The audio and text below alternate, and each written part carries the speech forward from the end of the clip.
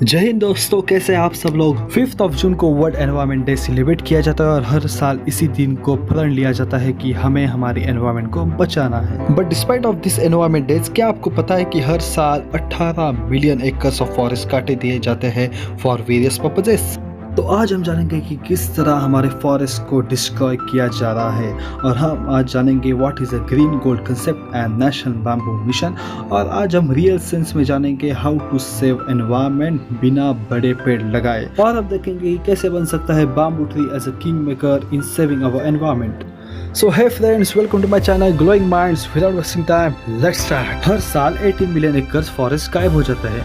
Late me explain this you. Bhutan देश का total area है 9.4 मिलियन एकर्स। Means what? हर साल भूटान इंटू 2 जितना एरिया गायब हो जाता है। एवरी मिनट 27 फुटबॉल फील्ड जितना फॉरेस्ट काट दिया जाता है, विच मीन्स 55,000 ट्रीज पर minute and 1.5 acres every second. और एस्टिमेट्स ये बताया जा रहा है कि अगर ऐसा ही चलता रहा तो विद इन 100 नेक्स्ट ईयर्स हमारे rain forest will no exist. So on 3 June हमारे देश के यूनियन मिनिस्टर पुरुषोत्तम रूपाल जी ने किया launch bamboo market page on government e market place portal. तो आज हम देखेंगे कि जिस तरह पेड़ काट दिए जा रहे हैं तो कैसे बन सकता है bamboo tree as a king maker. So what is a green gold? Bamboo tree को ग्रीन गोल्ड क्यों कहते हैं? Because of its high renewability, sustainability and easy to grow। और उसे कहते हैं गरीब लोगों की लकड़ी। वो सिर्फ कंस्ट्रक्शन के काम आता है ऐसा भी नहीं, उसका cutlery, plates, bowls, activated charcoal, yarns और सबसे बेस्ट बायोफ्यूल भी बनाया जा सकता है। क्या आपको पता है कि हम बाम्बू के पेड़ को भी खा सकते हैं? नहीं, मैं मार की बात नहीं कर रहा। बाम्बू शूट्स जो बाम्बू का एक पार्ट होता है वो है इजीली एडिबल, और उनमें होता है भर भर के potential for being healthy food. High proteins, amino acid, carbohydrates वो होते हैं उनमें प्रेजेंट। क्या आपको थायमाइन पता है? One of the most important benefits of having bamboo shoots is thiamine. इसकी वजह से nervous system, brain muscle, heart, stomach healthy रहते हैं और vision problems, cervical cancer, diabetes, stress जैसी बीमारी ठीक हो जाती है। So if anyone is having this type of problems, go and give them bamboo to eat. So next is bamboo in constructions. यह बहुत ही कॉमन है और ये पास्ट हिस्ट्री से हम बैम्बू को कंस्ट्रक्शन में यूज करते आ रहे हैं। पर हम नॉर्थ अमेरिका की तरफ जाएंगे, वहाँ पे बैम्बू फ्लोरिंग का बहुत ही यूज किया जाता है because of its eco friendly characteristics. So अब हम देखेंगे बैम्बू इन क्लोथ्स। इससे हम कपड़े भी बना सकते हैं जो होते हैं बहुत ही सॉफ्ट। बेसिकली ये लॉन्ग केमिकल प्रोसेस होती है जहाँ पे बैम्बू फाइबर जो रेशाएं होती है उनको सेल्यूलोज फाइबर में कन्वर्ट किया जाता है और फिर उससे कपड़े बनाए जाते हैं, और ऐसा मैकेनिकली भी पॉसिबल है। क्या आपको पता है कि हर साल 15 करोड़ पेड़ काटे जाते हैं सिर्फ और सिर्फ कपड़े बनाने के लिए। So don't you think that bamboo can easily replace this things? तो नेक्स्ट हम देखेंगे one of the best use that is bamboo as a biofuel. यहाँ पे बैम्बू के पार्ट्स को जैसे कि क्लम्स हो, फिर लीव्स, स्टेम्स, उसको इस तरह प्रोसेस किया जाता है कि उसका कन्वर्जन हो चारकोल में, और उसका फिर यूज होता है एज अ बायोफ्यूल। घाना जो कि अफ्रीका का एक देश है, उसने ये टेक्नोलॉजी इतनी फास्ट अडॉप्ट की है और अब वो उनका कमर्शियल यूज कर रहे हैं for providing energy across their country. और इतना ही नहीं दोस्तों, उन्होंने बैम्बू के बाइक्स भी बनाए हैं, देखिए इस पिक में। सो बैम्बू का हम यूज कर सकते हैं विद नॉन फूड रिसोर्सेज, और उससे हम बना सकते हैं इथेनॉल बेस्ड कार्स। बट ये प्रोसेस थोड़ी सी एक्सपेंसिव हो जाती है because of it's complications. But डरिए मत, यहाँ पे बहुत सारे एक्सपेरिमेंट्स हो रही है इस फील्ड में to discover the cheapest way of creating ethanol. और अगर ये सक्सेसफुल हो जाता है तो आने वाले समय में हम सब देख सकते हैं ethanol based vehicles on the road. तो पिछले कुछ मिनटों में मैं बैम्बू के बारे में बहुत कुछ कहे जा रहा हूँ कि बैम्बू इसमें यूज़ हो रहा है, बैम्बू इसमें यूज़ हो रहा है, हमें बैम्बू को अडॉप्ट करना चाहिए। तो क्यों होना चाहिए बैम्बू इतना पॉपुलर आने वाले समय में? तो आज हम जानेंगे इसके भी mind blowing reasons. So inexpensive and easy to grow, बहुत ही कम श्रम लगते हैं इसको लगाने में।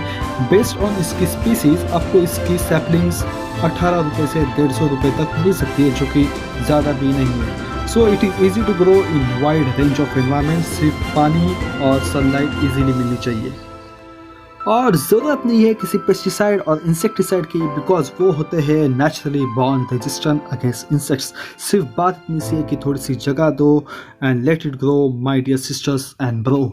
तो मैंने इंट्रो में बताया था कि किस तरह हम बड़े पेड़ जैसे कि आम, देवदार, पीपल को सब्स्टिट्यूट कर सकते हैं और बाम्बू को उसकी प्लेस में ले सकते हैं for restoring our environment. The main reason for taking bamboo in the place of big trees is its sustainability. जी हाँ, बाम्बू को सिर्फ लगते हैं 5 से 6 साल उसकी फुल मैच्योरिटी को अटेंड करने के लिए।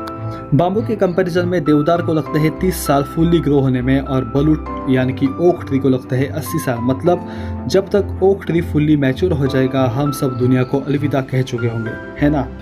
और 2 बड़े एस्पेक्ट है बाम्बू को एज अ किंग मेकर बनाने में। पहला एस्पेक्ट है कार्बन फुटप्रिंट एंड सेकेंड है restoring forest. So don't skip the video, नहीं तो ऐसा हो जाएगा कि खाना खा दिया और गुलाब जाम छोड़कर भाग गए। अगर ग्लोबल वार्मिंग को कम करना है तो हमें ज़रूरत है नेगेटिव कार्बन फुटप्रिंट की। मतलब जितना हवा में कार्बन छोड़ा जाएगा उससे ज़्यादा हमें कार्बन एब्जॉर्ब करना होगा। And again here comes the bamboo. क्या आपको पता है कि 1 Hector of bamboo plantation can absorb 1000 tons of CO2? Isn't that mind blowing? क्योंकि हर साल हम रिलीज करते हैं 43 बिलियन टन्स ऑफ CO2 और ये हर साल बढ़ते ही जा रहा है। And this is a great threat to the polar ice caps. And for all the countries जिन्होंने प्रण लिया है कि हमें कार्बन के फुटप्रिंट्स कम करने हैं, तो solution is already present with us. अगर हर आदमी ये काम कर सके तो विद इन सम ईयर्स हम हमारा प्यारा देश और हमारी ये प्यारी दुनिया कार्बन नेगेटिव कर सकते हैं। So our next important point is about restoring forest. हर साल 18 मिलियन एकर्स फॉरेस्ट काट दिया जाता है हमारे सेल्फिश ग्रिड्स के लिए। जैसे मैंने इंट्रो में बताया कि हम हर साल भूटान इंटू 2 जितना एरिया काट देते हैं। आप सोच रहे होंगे कि मैंने भूटान ही क्यों कहा, because my dear friends Bhutan is one of the few nations जो है कार्बन नेगेटिव।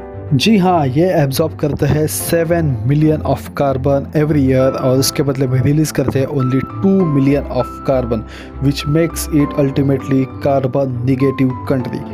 आपकी जानकारी के लिए बता दूं कि भूटान के लोग बहुत ही एनवायरनमेंट सेंसिटिव होते हैं और इसको कायम रखने के लिए वहाँ की गवर्नमेंट ने बहुत ही स्ट्रिक्ट लॉज बनाए हैं environment related. So what do you think about our India? क्या हमारे देश में भी ऐसे स्ट्रिक्ट लॉज होने चाहिए या नहीं? सो एनीवेज, आज तक जितना फॉरेस्ट गवाया है तो वो सिर्फ 10 से 20 साल में हो सकता है cover with the help of bamboo tree, but who cares, कौन स्टार्ट करेगा। So for your kind information my dear friends, कुछ ऐसे देश हैं जिन्होंने ऑलरेडी बहुत बड़े स्टेप्स उठाए हैं। जैसे कि हम डिस्कस करेंगे घाना और चाइना के बारे में। घाना जो कि अफ्रीका का एक देश है, उन्होंने 2001 में ही 50,000 डिग्रेडेड हेक्टर्स ऑफ लैंडस्केप को रिकवर करने का एम अपने सामने रखा है and almost they have completed with half of that. हमारे नेबरहुड चाइना ने तो बहुत बड़ा कमाल किया। इन्होंने 27 माउंटेन्स एंड 500 पीक्स को मिलियन ऑफ बैम्बू ट्रीज से कवर करके रखा है, जिसकी वजह से वहाँ पे क्रिएट हुआ the great attraction for tourism from all over the world. So what about India? India ने तो 1927 में ही इंडियन फॉरेस्ट एक्ट को लागू किया और क्लासिफाई किया बैम्बू को as a tree and protected it from harvesting. पर अफसोस है कि Bishnoi movement, Chipko movement, Appiko movement, जंगल बचाओ आंदोलन के रिस्पांस में कुछ बड़े स्टेप्स नहीं उठाए गए। एक बहुत ही अच्छा थॉट है जो कि बकमिंस्टर फुलर ने कहा है। वो कहते हैं कि हम कभी भी एग्जिस्टिंग चीज़ों के खिलाफ लड़के उन्हें चेंज नहीं कर सकते। अगर हमें उन्हें चेंज करना है तो हमें ऐसा नया मॉडल लाना पड़ेगा जो कि एग्जिस्टिंग चीज़ों को ही ओल्ड फैशन करार दे। सो एट लास्ट ये हम पर ही डिपेंड करता है कि हमें कोल माइन चाहिए जो कि डिस्ट्रक्शन लाएंगे एनवायरनमेंट में, या फिर इको फ्रेंडली बैम्बू चारकोल।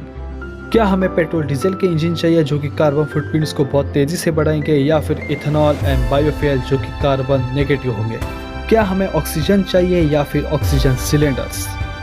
सो अब एनवायरनमेंट रिवॉल्यूशन टोटली हमारे हाथ में है और हमें ये गिल्ट नहीं रहनी चाहिए कि we have not done anything for saving our environment.